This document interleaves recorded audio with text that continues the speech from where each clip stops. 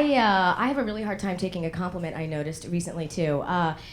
Whenever somebody says something nice to me, I react like an elderly woman who is in an insane asylum and is told it's time to take her pills.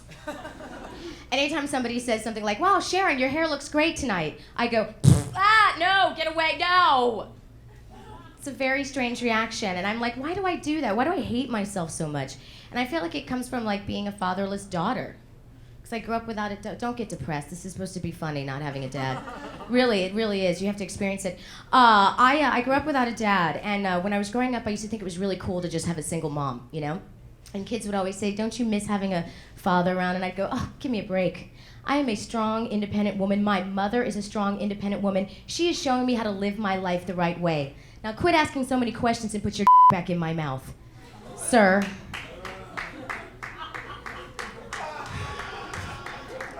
Class is about to start. Get this over with. Thanks. I'm glad you guys opened yourselves up to that. Don't be afraid to laugh in front of the senior. It's all right. I recently went through a really horrible breakup too, and I highly recommend it. And I have this other strange pattern. Alcoholics, love them. You know, if you have your shit together, I'm like, oh, I don't have time for you. Come back, alcoholic.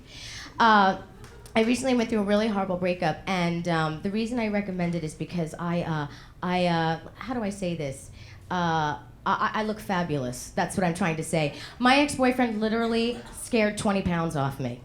Okay, like if you're gonna take a swing at me, I'm wildly attracted to you. And everybody's like, "Sharon, you look amazing. What have you done?" I'm like, "I didn't do anything. I got the crap beat out of me on Selma Avenue. Check it out."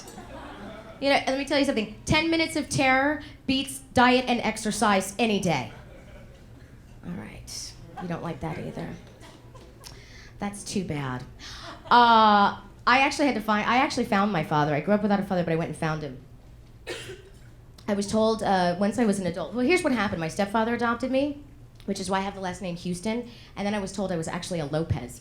And I decided to find my biological father when my stepfather, who had since divorced my mom, went to Puerto Rico and married a 15-year-old girl and brought her back to the United States as my new step-mom, which is awful. Now, I don't know if you know, I was 20 at the time. I don't know if you know what it's like being disciplined by a 15-year-old when you're 20. It's something like, "Sharon, go to your room. But first, can you take me to 7-Elevens to get a wine cooler because I want to party tonight, huh?" And I didn't even have to drive because she had her learner's permit. It was really awful. And I went to visit them to try to accept it. I thought, okay, this is like very West Side Story, you know, like the American falling in love with the Puerto Rican. Then I remembered no pedophiles in that musical. So I went to visit them, and the first thing we did is we went bowling, and then we went to Yvette's favorite restaurant, Chuck E. Cheese. And she loved it because she said, "We have rats that big in Puerto Rico, pero they cannot sing and dance like Chuck E. Cheese, okay?" And it was just awful, so I thought, okay, I've got to find my father. So all I knew was that his last name was Lopez and that he lived in Miami. Cubans. And so I started calling information. Now, you can only get 3 numbers from information at a time. And I had to call back like hundreds of times. And by like my 80th call to directory assistance, the conversation between the operator and myself went something like this.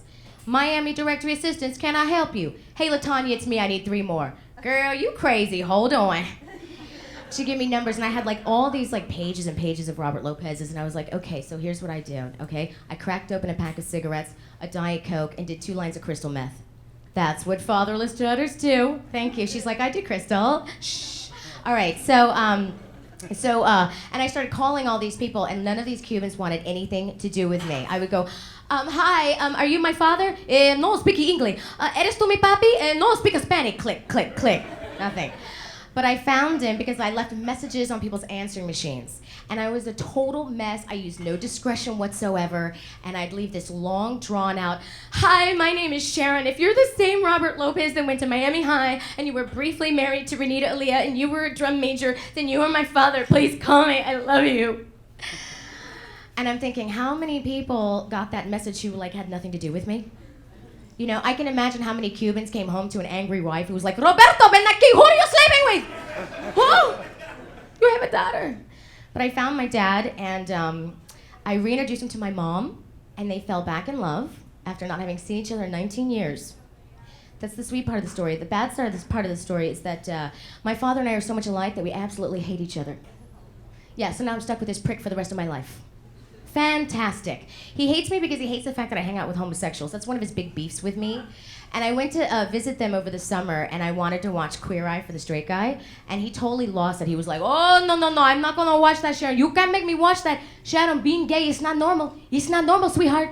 And I was like, really? Well, speaking with a thick Spanish accent when you were born in this country, also not normal. About them apples. All right. I've exposed myself to you, partially. I'm wearing a tank top. And my soul. Thank you. Did I get applause from a 16-year-old for that? Oh, no, I'm kidding. The girls are like, yay, tank tops, all right, rock and roll. All right. No, I'm very lucky, though, that, even just growing up without, like, a lot of people around or stuff, I had some really great role models to help kind of guide me. My favorite role model was my bus driver from elementary school, Mrs. Washington. She's so awesome. She was my elementary school bus driver, 50-something years old, African-American, always wore a uniform to work, never let us get away with anything on the bus. And I can still see her eyes looking at me in the rearview mirror and saying, Sharon, you better stop pulling on that little boy's hair. I am tired of you. Don't make me stop this bus, because I will. And I am so grateful for her because she has followed me through my life, keeping me on the straight and narrow. Like some people have a devil on one shoulder and an angel on the other. I have a devil on one shoulder and a middle-aged black woman driving a yellow school bus on the other. Girl, you better put that money back in your mama's purse. Stealing's wrong. Don't make me stop this bus. Sharon, don't smoke that marijuana. It's just gonna make you ignorant. Don't make me stop this bus. Sharon, get out that alley and put your drawers back on. Hit, I love you. Shoot.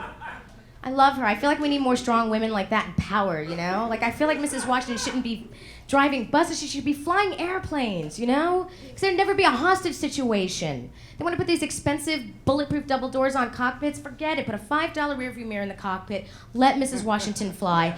The second somebody starts some crap on that plane, you're going to hear, excuse me, Mohammed, I know you tripping coming at me with that box cutter. Oh, you better sit your OG ass down right now. I will stop the plane right here. And Sharon, get out that bathroom and put your drawers back on. He don't love you neither. All right, thanks a lot, you guys. Good night.